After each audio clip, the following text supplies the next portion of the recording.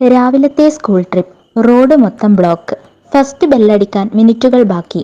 ഒടുവിൽ വിദ്യാർത്ഥികൾക്ക് വേണ്ടി ബ്ലോക്ക് മറികടന്ന ബസ് അല്പം വേഗതയിൽ പാഞ്ഞു. സമയം തെറ്റിയുള്ള സർവീസും അമിത വേഗതയും.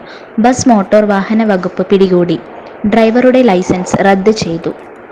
ബ്ലോക്കിന് പരിഹാരം കാണേണ്ട മോട്ടോർ വാഹന വകുപ്പും ട്രാഫിക് ഉദ്യോഗസ്ഥരും അവരുടെ കഴിവില്ലായ്മ ബസ് ഡ്രൈവറുടെ മേൽ കെട്ടിവെച്ച് ലൈസൻസ് റദ്ദ് ചെയ്തപ്പോൾ അതേ ഡ്രൈവറെ കൊണ്ട് മാത്രമേ ബസ് ഓടിപ്പിക്കൂ എന്ന് പറഞ്ഞ് ബസ് ഉടമ തൻ്റെ ബസ് സ്റ്റോപ്പേജ് ഫോം നൽകി കയറ്റിയിട്ടു.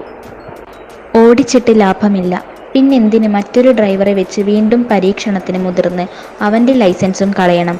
ജീവനക്കാർ എത്ര മാറിയാലും ബസിൻ്റെ സമയവും റോഡിലെ ബ്ലോക്കും മാറുന്നില്ലല്ലോ. പ്രതികരിക്കേണ്ടത് യാത്രക്കാരാണ്. യാത്രക്കാരുടെ ആവശ്യം കൂടെ കണക്കിലെടുത്താണ് ഓരോ ഡ്രൈവർമാരും റിസ്ക് എടുത്ത് ഓരോ ട്രിപ്പും പൂർത്തീകരിക്കുന്നത്.